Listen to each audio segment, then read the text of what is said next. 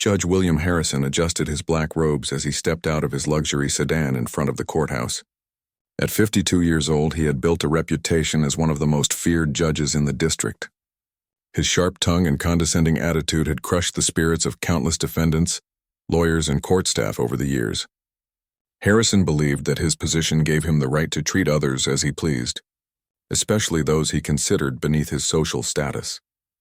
The morning sun cast long shadows across the courthouse steps as Harrison made his way inside. His polished leather shoes clicked against the marble floor with each confident stride. He had no idea that this particular Tuesday would mark the beginning of a dramatic change in his life. Inside the courthouse, Harrison noticed a young man in military dress uniform standing near the security checkpoint. The soldier appeared to be in his mid-20s, with perfectly pressed clothes and polished boots that gleamed under the fluorescent lights. His posture was straight and professional, but Harrison immediately felt annoyed by the sight. The young soldier was Marcus Thompson, a member of the Royal Guard who had been assigned special security duty at the courthouse for a high-profile case involving threats against government officials. Marcus had served his country with honor for 6 years, earning multiple commendations for his dedication and service. He was known among his fellow soldiers for his calm demeanor and unwavering commitment to duty. As Harrison approached the security area, he noticed that Marcus was carefully checking each person who entered the building. The judge's face twisted into a scowl as he realized he would have to wait in line like everyone else. In his mind, his status as a judge should exempt him from such mundane procedures. When Harrison reached the front of the line, Marcus politely asked to see his identification and requested that he place his briefcase on the scanner belt. The simple request triggered an explosion of rage from the judge that shocked everyone within earshot. "Do you have any idea who you're talking to, boy?" Harrison's voice boomed through the entrance hall, causing heads to turn. "I am Judge William Harrison, and I don't have time for this nonsense. I've been walking through this building for 15 years, and I certainly don't need some toy soldier telling me what to do." Marcus remained calm and professional despite the public humiliation. "Sir, I understand your position, but security protocols apply to everyone entering the building today. It will only take a moment." Harrison's face turned red with fury. He stepped closer to Marcus, close enough that other people could smell the expensive cologne the judge wore. "Listen here, you pathetic excuse for a soldier. I make more money in a day than you make in a year. You're nothing but a government puppet playing dress-up in that ridiculous uniform. Now step aside before I have you removed from this building." The harsh words echoed through the entrance hall, and several court employees stopped what they were doing to witness the confrontation. Some pulled out their phones, sensing that something significant was happening. Marcus felt the sting of the insults, but his training had taught him to maintain composure even in the face of verbal attacks. "Judge Harrison," Marcus said quietly, his voice steady despite the public embarrassment. "I'm just doing my job, sir. The security measures are in place for everyone's safety, including yours." Harrison laughed mockingly, a sound that made several onlookers cringe. "Your job? Your job is to follow orders from people like me. I could have you transferred to some remote base where you'll spend your days counting supplies in a warehouse. You're clearly too stupid to understand that some people deserve respect." The judge then turned to the growing crowd of spectators and raised his voice even louder. "This is what our tax dollars pay for, folks. Incompetent soldiers who think they can boss around the people who actually matter in this society. This boy probably couldn't get a real job, so he joined the military where they tell him when to eat, sleep, and breathe." Marcus felt his jaw clench, but he forced himself to remain professional. He had dealt with difficult people before, but rarely had someone been so publicly cruel and demeaning. The judge's words cut deep, not just because they were personally hurtful, but because they disrespected the service and sacrifice of all military personnel. Several court employees who had worked with Judge Harrison for years were not surprised by his behavior. They had witnessed his cruelty toward defendants, especially those from lower-income backgrounds. His treatment of court staff was legendary for all the wrong reasons. Secretaries had quit after being reduced to tears by his verbal abuse, and even experienced lawyers tried to avoid appearing in his courtroom. Sarah Chen, a court clerk who had worked in the building for 8 years, watched the scene unfold with disgust. She had been on the receiving end of Harrison's verbal attacks multiple times and knew exactly how Marcus was feeling. She remembered the day Harrison had screamed at her in front of a packed courtroom because she had misfiled a document, calling her incompetent and a waste of taxpayer money. As Harrison continued his tirade, Marcus noticed something that the judge had missed. Standing near the back of the crowd was an older gentleman in an expensive suit, watching the confrontation with intense interest.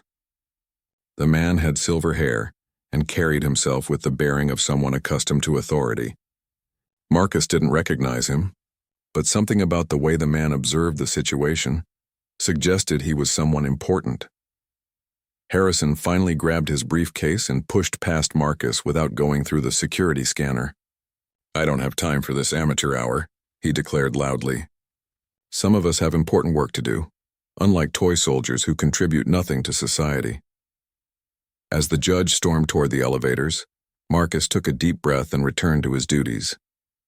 The crowd began to disperse, but many people were shaking their heads in disapproval at what they had witnessed. The silver-haired gentleman lingered for a moment longer, his eyes following Harrison's path through the building before he quietly left through the main entrance. Marcus spent the rest of the morning thinking about the encounter while continuing his security duties.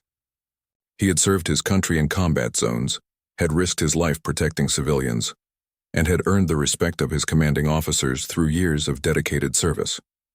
Yet here was a man who dismissed all of that because of his own sense of superiority. What Marcus didn't know was that several people in the courthouse that morning had recognized the silver-haired observer. The man was someone whose opinion could change lives and careers, someone whose presence in the building was no coincidence. The wheels of consequences were already beginning to turn, though it would be days before Judge Harrison realized that his cruel words had been witnessed by exactly the wrong person. The silver-haired gentleman who had witnessed Judge Harrison's outburst was Lord Edward Pemberton, a member of the Royal Commission for Military Affairs, and one of the most influential figures in the government's Military Oversight Committee. Lord Pemberton had served as a high-ranking officer himself before transitioning into government service, and he maintained deep connections with military leadership across all branches of service. Pemberton had come to the courthouse that morning for a confidential meeting with federal prosecutors about a sensitive case involving military contracts. He was known throughout government circles for his unwavering support of military personnel and his intolerance for anyone who disrespected those in uniform. His own son had been killed in action 3 years earlier, making his protective feelings toward service members even stronger. As Pemberton walked to his car after leaving the courthouse, he couldn't stop thinking about what he had witnessed. The young soldier's professionalism in the face of such public humiliation had impressed him, while Judge Harrison's behavior had filled him with disgust. He pulled out his phone and made several calls before even starting his engine. Meanwhile, Marcus Thompson continued his duties at the courthouse, though the morning's encounter had left him feeling demoralized. During his lunch break, he sat alone in the courthouse cafeteria, picking at a sandwich while replaying the judge's words in his mind. He had joined the military to serve his country and protect others, but moments like these made him question whether his service was truly valued by the society he had sworn to defend. Sarah Chen, the court clerk who had witnessed the confrontation, approached Marcus's table with her own lunch tray. "Mind if I sit down?" she asked with a warm smile. Marcus looked up, surprised by the gesture. "Of course, please do." Sarah sat down and extended her hand. "I'm Sarah Chen. I work here in the courthouse. I wanted to apologize for what happened this morning. Judge Harrison was completely out of line." "Thank you," Marcus replied, shaking her hand. "I'm Marcus Thompson. I guess every job has its difficult moments." "That wasn't just a difficult moment," Sarah said firmly. "What he did to you was wrong on every level.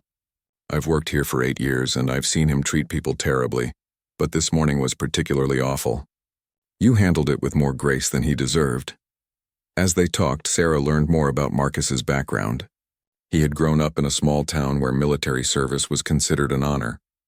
His father had been a career soldier, and his grandfather had served in 2 wars. Marcus had deployed twice overseas, once to a peacekeeping mission and once to a combat zone where his unit had helped evacuate civilians from a dangerous area. "You know," Sarah said thoughtfully, "there were several people watching this morning who didn't look happy about what they saw. I noticed someone recording it on their phone, and there was an older gentleman in an expensive suit who seemed very interested in the whole situation. Marcus nodded. I saw him too, but I didn't recognize him. He looked important, though. What neither of them knew was that by that afternoon, the video of Judge Harrison's outburst had already been uploaded to several social media platforms. The person who had recorded it was a local news reporter who happened to be at the courthouse covering another story. The footage quickly gained attention, not just because of the harsh treatment of the soldier, but because of Judge Harrison's reputation in the community. Within hours, the video had thousands of views and hundreds of comments from people expressing outrage at the judge's behavior. Local veterans organizations began sharing the footage, and by evening it had caught the attention of national military advocacy groups. At his downtown office, Lord Pemberton was making more phone calls. His first call had been to General Patricia Morrison, who oversaw the Royal Guard units. Pemberton had worked with Morrison for years and trusted her judgment completely. Patricia, Pemberton said when the general answered, I need you to tell me about one of your soldiers, Marcus Thompson, assigned to courthouse security duty. General Morrison was quiet for a moment as she pulled up Thompson's file on her computer. Marcus is one of our finest, she said after reviewing his record. 6 years of exemplary service, 2 overseas deployments, multiple commendations. He's being considered for promotion to sergeant. Why do you ask? Pemberton described what he had witnessed at the courthouse, his voice growing angrier as he recounted Judge Harrison's words. General Morrison listened in stunned silence. Edward, the general said when he finished, I had no idea anything like this had happened. Marcus never mentioned it when he checked in this afternoon. That level of professionalism and restraint, even while being publicly humiliated, just confirms what I already knew about his character. I want to know everything about this judge, Pemberton said. His background, his record, any complaints against him. And I want to know it by tomorrow morning. Pemberton's next call was to his assistant, instructing her to compile a complete dossier on Judge William Harrison. Within hours, a disturbing picture began to emerge. Harrison had been the subject of numerous complaints over the years, though most had been quietly dismissed or ignored. Former court employees described a pattern of verbal abuse and intimidation. Defense attorneys shared stories of Harrison's particularly harsh treatment of defendants from minority communities and lower-income backgrounds.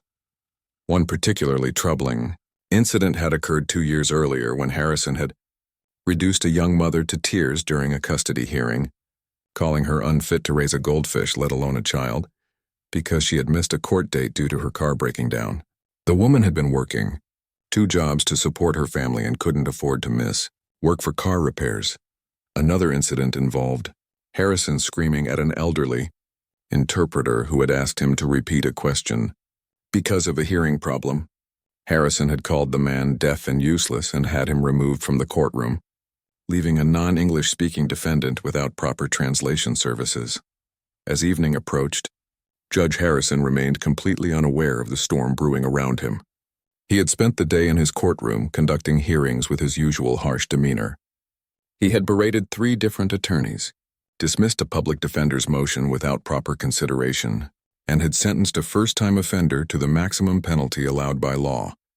Despite pleas for leniency from both the defense and prosecution, Harrison's wife, Margaret, had grown accustomed to her husband's difficult personality over their 20-year marriage. She had learned to avoid discussing his work because his stories of putting people in their place made her uncomfortable.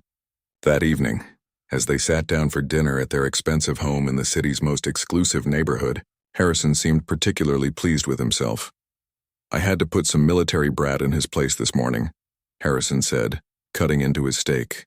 These soldiers think they can boss around their betters just because they wear a uniform. I made sure everyone in that courthouse understood the proper order of things. Margaret nodded absently, not really listening to another one of her husband's stories about asserting his authority.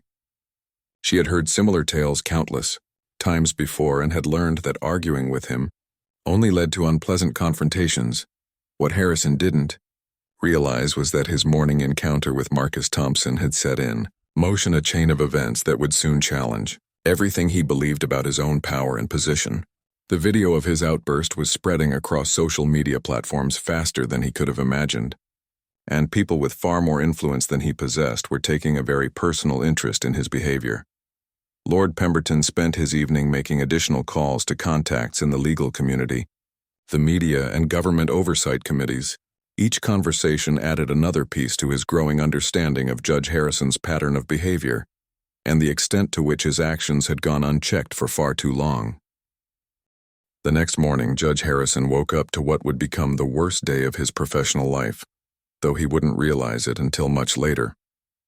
He followed his usual routine of expensive coffee, reading financial news and reviewing his court calendar for the day. His phone had been buzzing with notifications since early morning, but Harrison rarely checked his messages before leaving for work. At the courthouse, Marcus Thompson arrived for his second day of security duty with a renewed sense of purpose. He had spoken with his commanding officer the previous evening, who had praised his professionalism in handling the difficult situation.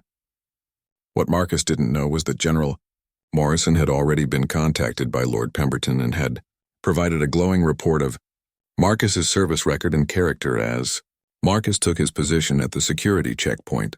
He noticed that several courthouse employees greeted him warmly, including some he had never met before. Sarah Chen stopped by to say good morning and mentioned that she had seen the video of yesterday's confrontation circulating online.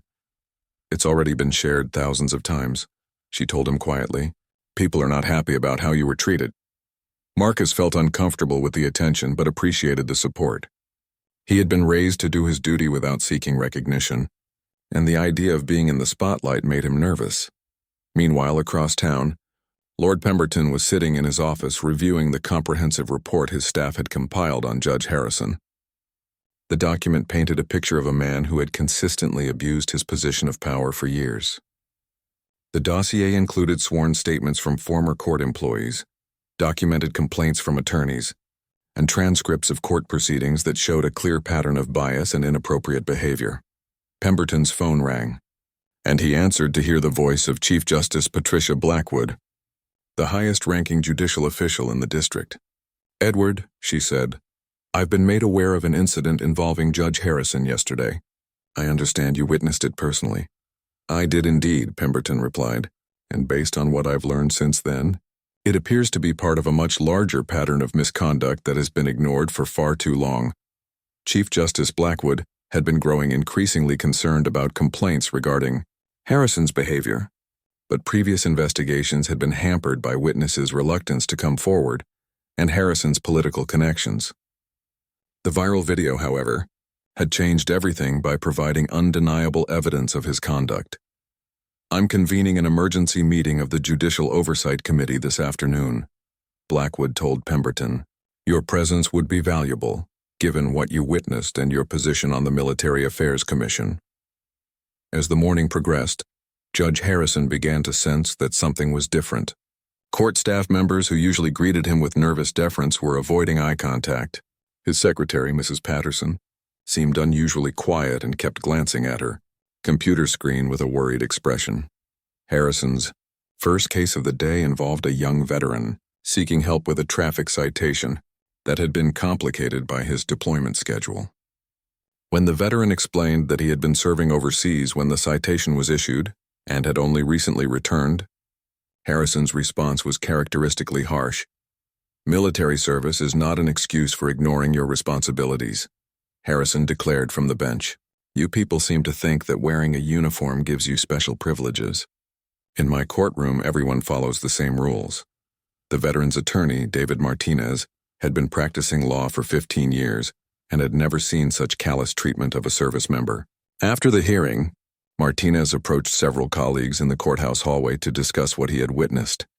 "This is getting out of hand," Martinez said to a group of attorneys waiting for their cases to be called.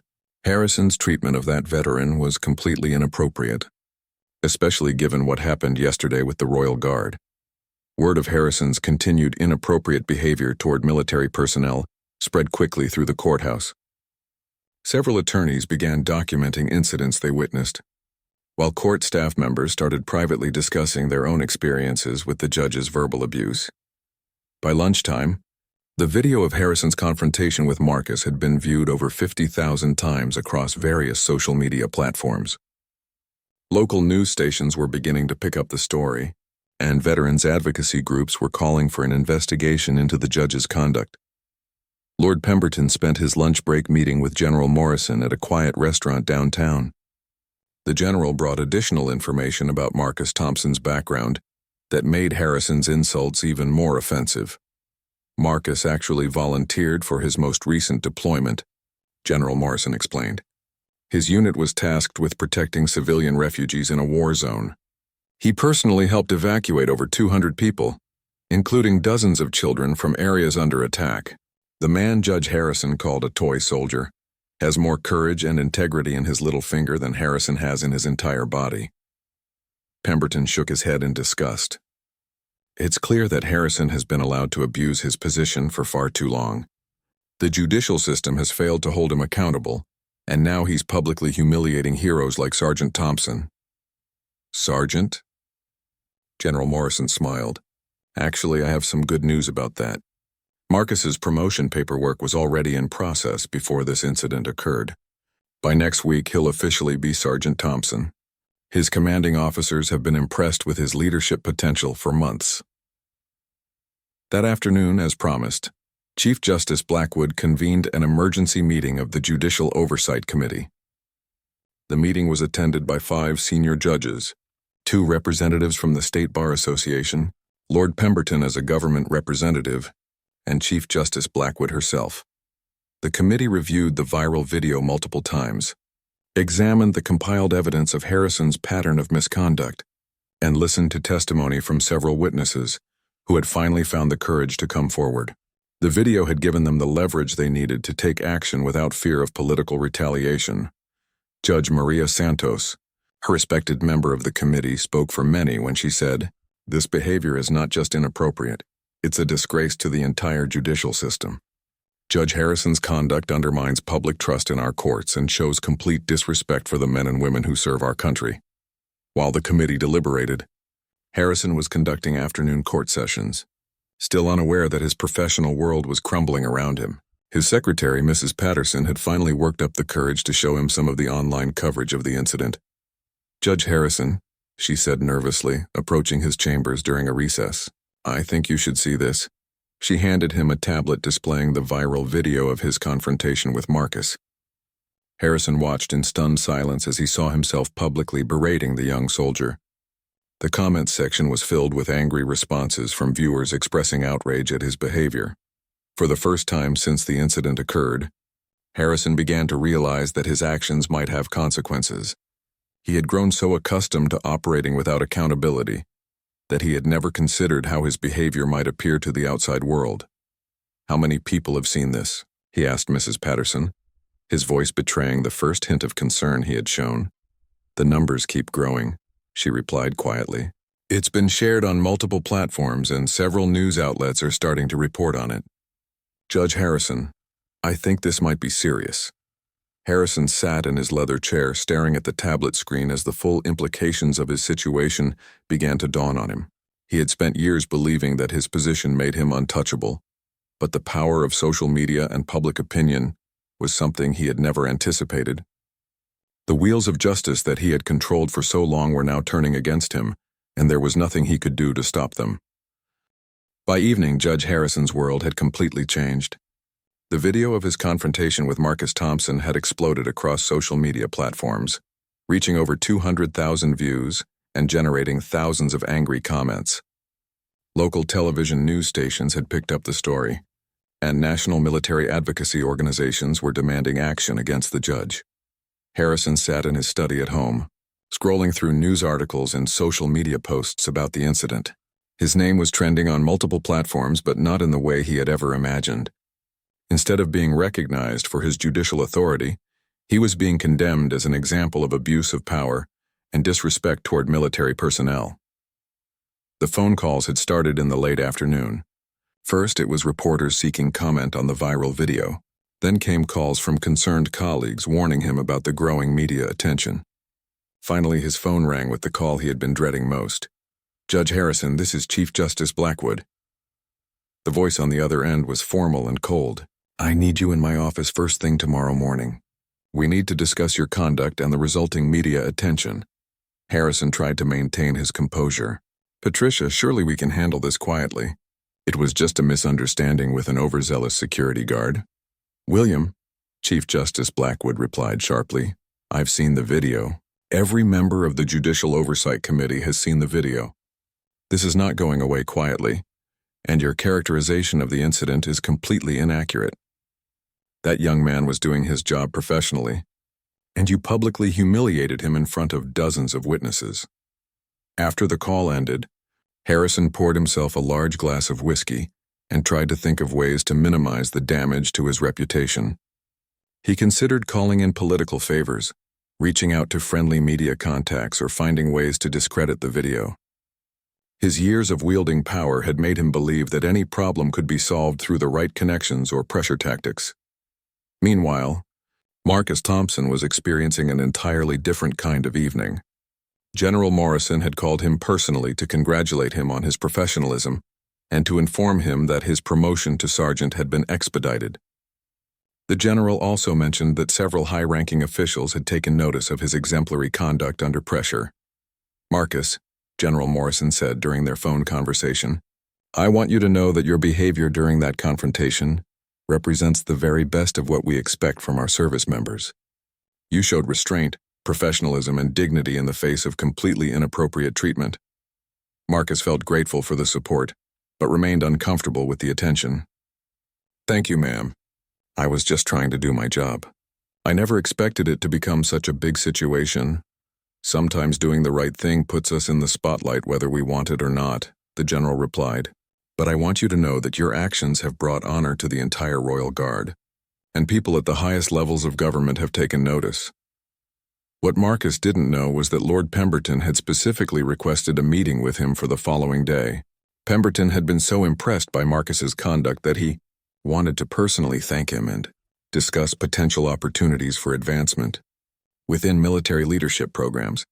The next morning brought a flood of media coverage that made Harrison's situation exponentially worse. The story had been picked up by national news networks, and military veterans organizations across the country were using his behavior as an example of the disrespect that service members often faced from civilians in positions of power. The headline on the front page of the local newspaper read, "Judge's Public Humiliation of Soldier Sparks Outrage." The article included quotes from military families, veterans advocates, and legal experts who condemned Harrison's behavior as unprofessional and inappropriate. Harrison arrived at the courthouse that morning to find a crowd of protesters gathered outside. Military veterans, their families, and supporters carried signs reading, "Respect our troops and Judge Harrison must go." The crowd was peaceful but determined, and their presence made it clear that the public anger was not going to fade quickly. Inside the courthouse, Harrison noticed that the atmosphere had completely changed. Court staff members who had previously shown him deference now avoided him entirely. Attorneys who had once sought his favor were keeping their distance. Even his own bailiff seemed uncomfortable in his presence. The meeting with Chief Justice Blackwood and the Judicial Oversight Committee was scheduled for 10 o'clock. Harrison arrived at the administrative offices 15 minutes early, hoping to have a private conversation with Blackwood before facing the full committee. His hopes were quickly dashed when he was told to wait in the outer office until the formal meeting began. When Harrison was finally called into the conference room, he found himself facing a panel of his judicial peers, along with representatives from the State Bar Association and Lord Pemberton, whose presence surprised and concerned him. Harrison had heard of Pemberton's influence within government military affairs, but had never met him personally.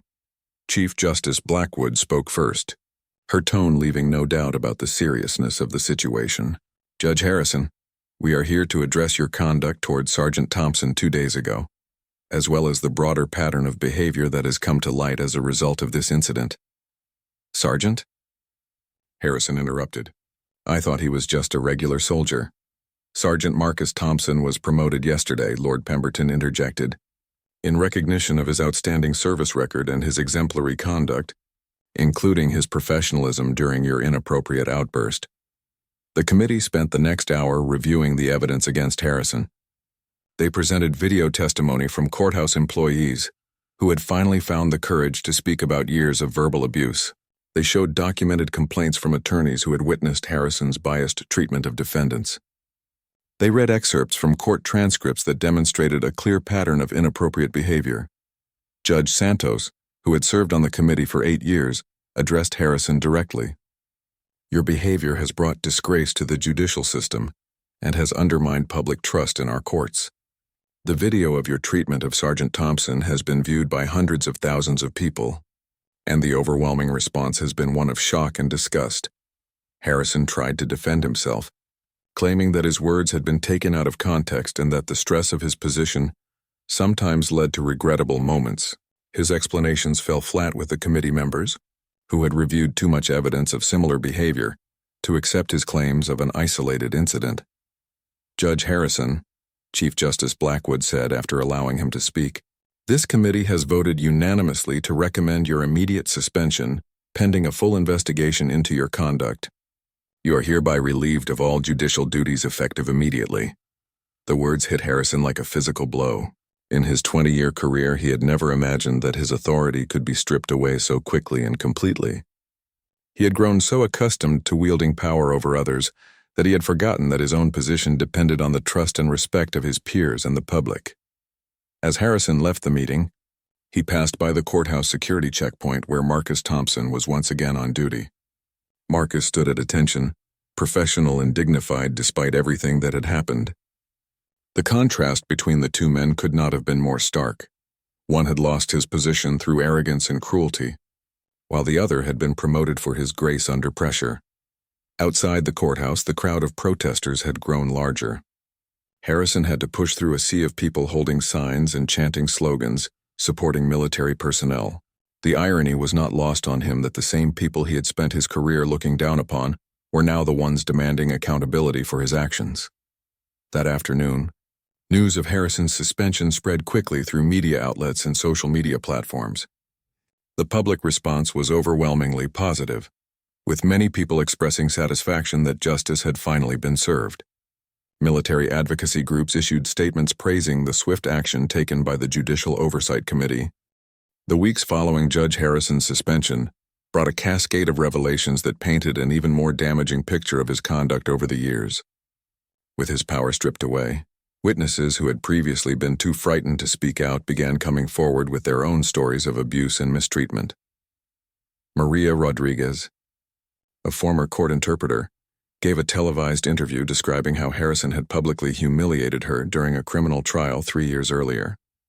She had been translating for a defendant who spoke limited English when Harrison accused her of deliberately slowing down the proceedings. "He called me incompetent in front of the entire courtroom," Maria recalled, tears in her eyes. "He said I was wasting everyone's time and suggested that I should go back to school to learn proper English. I had been interpreting in courts for 15 years and had never been treated with such disrespect."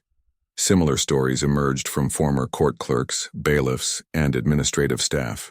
A pattern emerged of Harrison targeting those he perceived as powerless, using his judicial authority to intimidate and belittle people who depended on their jobs and couldn't fight back without risking their careers. During this same period, Marcus Thompson was experiencing a completely different trajectory. His promotion to sergeant had been officially confirmed, and he had been selected to participate in an advanced leadership training program that would prepare him for higher-ranking positions. Within the Royal Guard, Lord Pemberton had personally met with Marcus to discuss his future career prospects. The meeting took place in Pemberton's elegant office, a far cry from the courthouse security checkpoint where their paths had first crossed indirectly. "Sergeant Thompson," Pemberton said as they sat in comfortable leather chairs overlooking the city, "your conduct during that regrettable incident demonstrated exactly the kind of character and professionalism that our military leadership programs are designed to identify and develop." Marcus remained modest despite the praise. "Thank you, sir. I was just doing what I was trained to do. Any of my fellow soldiers would have handled the situation the same way." "That's where you're wrong," Pemberton replied with a smile. "Many people would have lost their temper when faced with such public disrespect. Your ability to maintain your composure and continue doing your duty professionally, while being verbally attacked in front of dozens of witnesses, shows remarkable strength of character." Pemberton went on to explain that Marcus had been recommended for the Royal Guard's elite leadership track, a program that typically led to positions of significant responsibility within the military hierarchy. The recommendation had come directly from General Morrison, who had been tracking Marcus's career for several years. Meanwhile, Judge Harrison's legal troubles were mounting. The Judicial Oversight Committee's investigation had uncovered evidence of potential ethical violations that went beyond inappropriate behavior. Questions were being raised about several of his rulings, particularly in cases involving defendants from minority communities who had received unusually harsh sentences. The State Bar Association had opened its own investigation into Harrison's conduct, and there were discussions about possible criminal charges related to his abuse of judicial authority. His expensive lifestyle, which had been funded by his judicial salary and speaking fees, was now threatened as his income disappeared and legal bills mounted. Harrison's wife, Margaret, who had endured years of her husband's difficult personality, finally reached her breaking point when reporters began showing up at their home seeking interviews. The public humiliation was more than she could bear, especially as she began to understand the full extent of her husband's cruelty toward others. "I had no idea it was this bad," she confided to her sister during a tearful phone conversation. "I knew William could be difficult, but I never realized he was systematically destroying people's lives. The stories that are coming out are horrifying." Margaret had quietly begun consulting with divorce attorneys, recognizing that her husband's fall from grace was likely to be permanent and that her own reputation would continue to suffer by association with him. The media attention around the case had also sparked a broader conversation about accountability in the judicial system. Legal scholars and reform advocates used Harrison's case as an example of how unchecked power could corrupt even those entrusted with upholding justice. Professor Jennifer Walsh from the State University Law School appeared on several news programs to discuss the implications of the case. "What we see with Judge Harrison is what happens when judicial power is exercised without proper oversight," she explained during one television interview. "The system failed to hold him accountable for years, and it took a viral video to finally force action." The professor's comments resonated with many viewers who had their own experiences with judges who seemed to operate above the law. Legal reform organizations began using Harrison's case to advocate for stronger oversight mechanisms and better training programs for judicial officers. As winter turned to spring, the investigation into Harrison's conduct reached its conclusion. The Judicial Oversight Committee released a comprehensive report documenting over 40 instances of inappropriate behavior spanning his entire career. The report included testimony from dozens of witnesses who had finally found the courage to speak out against the former judge.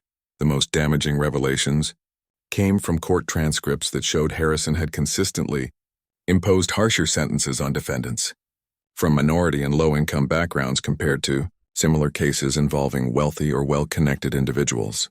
Statistical analysis revealed patterns of bias that could not be explained by differences in the cases themselves. One particularly egregious example involved two nearly identical drunk driving cases that had come before Harrison within the same month. A wealthy businessman who had hired an expensive attorney received probation and community service, while a single mother working minimum wage jobs received the maximum jail sentence allowed by law. The disparity was so obvious that it had been noted by several attorneys at the time, but no formal complaints had been filed. The State Bar Association's investigation concluded that Harrison had violated multiple ethical standards and recommended his permanent disbarment. The criminal investigation was ongoing, with prosecutors considering charges related to civil rights violations and abuse of power under color of law. During this same period, Marcus Thompson was thriving in his new role and responsibilities. His leadership training had gone exceptionally well, and he had been selected to lead a special security detail for high-profile diplomatic events. His commanding officers consistently praised his judgment, professionalism, and ability to remain calm under pressure. The viral video that had started everything had become a case study in military training programs about maintaining professionalism in the face of adversity. Marcus was occasionally asked to speak to new recruits about handling difficult situations, though he remained uncomfortable with being held up as an example. "I just did what any professional soldier would do," he would tell the young recruits. "We serve all citizens, even those who don't respect our service. Our duty is to protect and serve, not to seek revenge or validation." Lord Pemberton had become something of a mentor to Marcus, meeting with him regularly to discuss his career development and future opportunities. Pemberton saw in the young sergeant the qualities that the military desperately needed in its future leaders: integrity, humility, and unshakable principles. The contrast between Marcus's rising career and Harrison's spectacular fall had not gone unnoticed in government circles. The story had become a powerful reminder that character ultimately determines success or failure, regardless of one's position or apparent power. Sarah Chen, the court clerk who had befriended Marcus during the difficult period, had also benefited from the changes at the courthouse. The new judge assigned to Harrison's former courtroom was known for treating staff with respect and dignity. The entire atmosphere in the building had improved dramatically once Harrison's toxic influence was removed. "It's amazing how much better everyone feels now," Sarah told her colleagues during a lunch break. "We didn't realize how much stress we were all carrying until it was gone. People are actually smiling at work again." As spring progressed, Harrison's personal life continued to deteriorate. Margaret had filed for divorce, citing irreconcilable differences, and had moved in with her sister. His adult children, who had already been distant due to their father's difficult personality, cut off contact entirely when the full extent of his misconduct became public. Harrison found himself alone in his expensive house, with no income, mounting legal bills, and a reputation that made him unemployable in any respectable profession. The man who had once wielded absolute power in his courtroom was now powerless to prevent the complete collapse of his life. 1 year after the confrontation that changed both their lives forever, Marcus Thompson and William Harrison found themselves in dramatically different circumstances. The anniversary of the viral incident passed largely unnoticed by the general public, but for those directly involved, it served as a powerful reminder of how quickly fortunes can change. Marcus had been promoted again, this time to staff sergeant, and had been assigned to train new Royal Guard recruits. His reputation for fairness, professionalism, and integrity had spread throughout the military hierarchy, and senior officers frequently sought his input on matters involving personnel development and training. Protocols. The leadership training program he had completed had opened doors to opportunities he had never imagined possible. Marcus was now being considered for a prestigious assignment with the Royal Guard's International Diplomatic Security Detail, a position that would involve protecting government officials during overseas missions. During a ceremony marking his latest promotion, General Morrison spoke about Marcus's character and its impact on the entire organization. "Staff Sergeant Thompson represents the very best of what we hope to see in our military personnel," she told the assembled crowd of soldiers and their families. His conduct during a difficult situation 1 year ago demonstrated that true strength comes not from exercising power over others, but from maintaining one's principles even when faced with adversity. Marcus remained humble despite the accolades, often crediting his upbringing and military training for any success he had achieved. He had started a mentorship program for young soldiers, teaching them not just military protocols but also the importance of treating all people with dignity and respect. The viral video that had launched Marcus to prominence had become required viewing in several military ethics courses. Instructors used it to demonstrate how proper conduct in challenging situations could turn potential disasters into opportunities for displaying military values. Meanwhile, William Harrison's fall from grace had reached its final, devastating conclusion. The State Bar Association had unanimously voted to permanently revoke his license to practice law, making it impossible for him to work in any legal capacity ever again. The criminal investigation had resulted in federal charges for violating citizens' civil rights under color of law, a serious felony that carried potential prison time. Harrison's trial had been a public spectacle that attracted national media attention. Witness after witness testified about years of abuse, discrimination, and cruelty they had endured in his courtroom. The prosecution presented evidence of systematic bias in his sentencing patterns, showing clear discrimination against minorities, veterans, and low-income defendants. The defense team Harrison had hired with his dwindling resources tried to argue that he was simply a tough judge who believed in strict interpretation of the law. However, the overwhelming evidence of personal animosity and discriminatory behavior made their case impossible to sustain. The jury deliberated for less than 4 hours before returning guilty verdicts on all charges. Harrison was sentenced to 2 years in federal prison, followed by 3 years of supervised probation.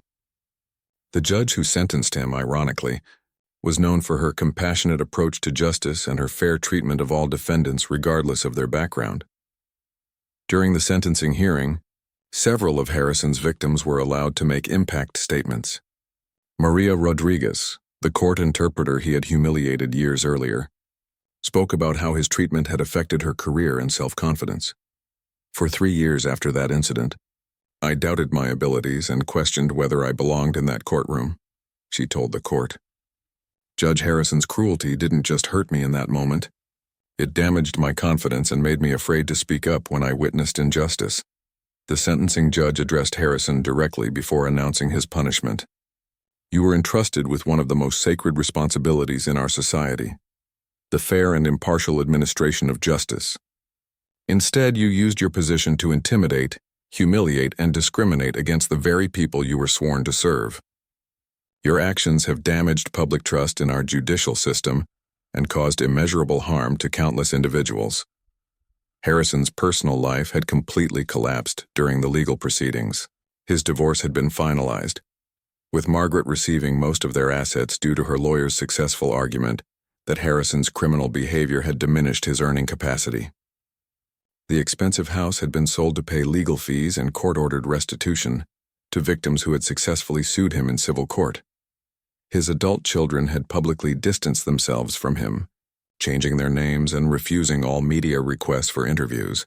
The shame and embarrassment of being associated with his crimes had forced them to rebuild their lives, entirely separate from their father's toxic legacy. On the day Harrison reported to federal prison to begin his sentence, he was a broken man who bore little resemblance to the arrogant judge who had once terrorized courthouse employees and defendants.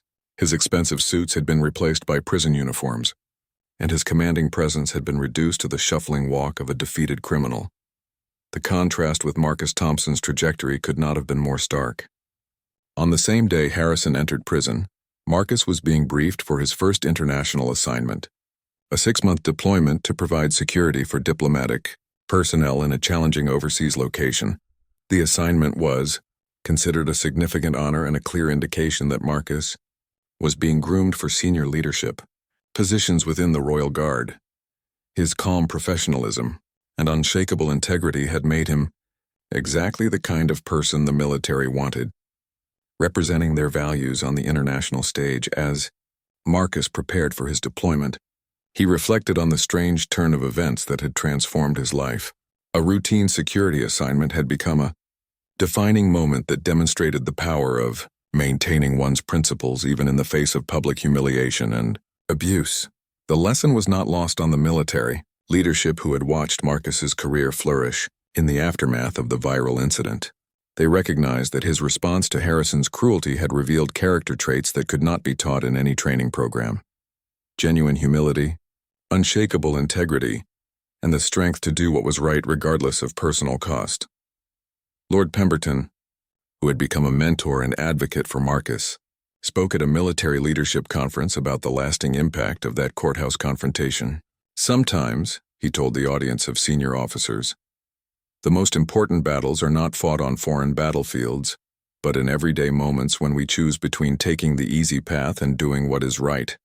Staff Sergeant Thompson's conduct that day reminded all of us why character matters more than rank, position, or power.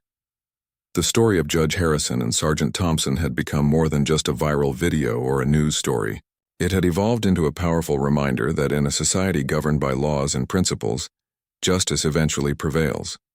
Those who abuse their power may seem untouchable for a time, but their actions ultimately catch up with them. Meanwhile, those who maintain their integrity and treat others with dignity, even in the face of adversity, find that their good character opens doors they never knew existed. As Marcus boarded the plane for his international assignment, he carried with him not just the hopes of his military superiors, but also the gratitude of everyone who had been inspired by his example. His story proved that sometimes the most powerful response to cruelty and injustice is simply to continue doing what is right. With quiet dignity and unwavering professionalism, the tables had indeed turned, but not through revenge or retaliation. Justice had prevailed through the natural consequences of each man's choices and character, proving that in the end, how we treat others ultimately determines how the world treats us.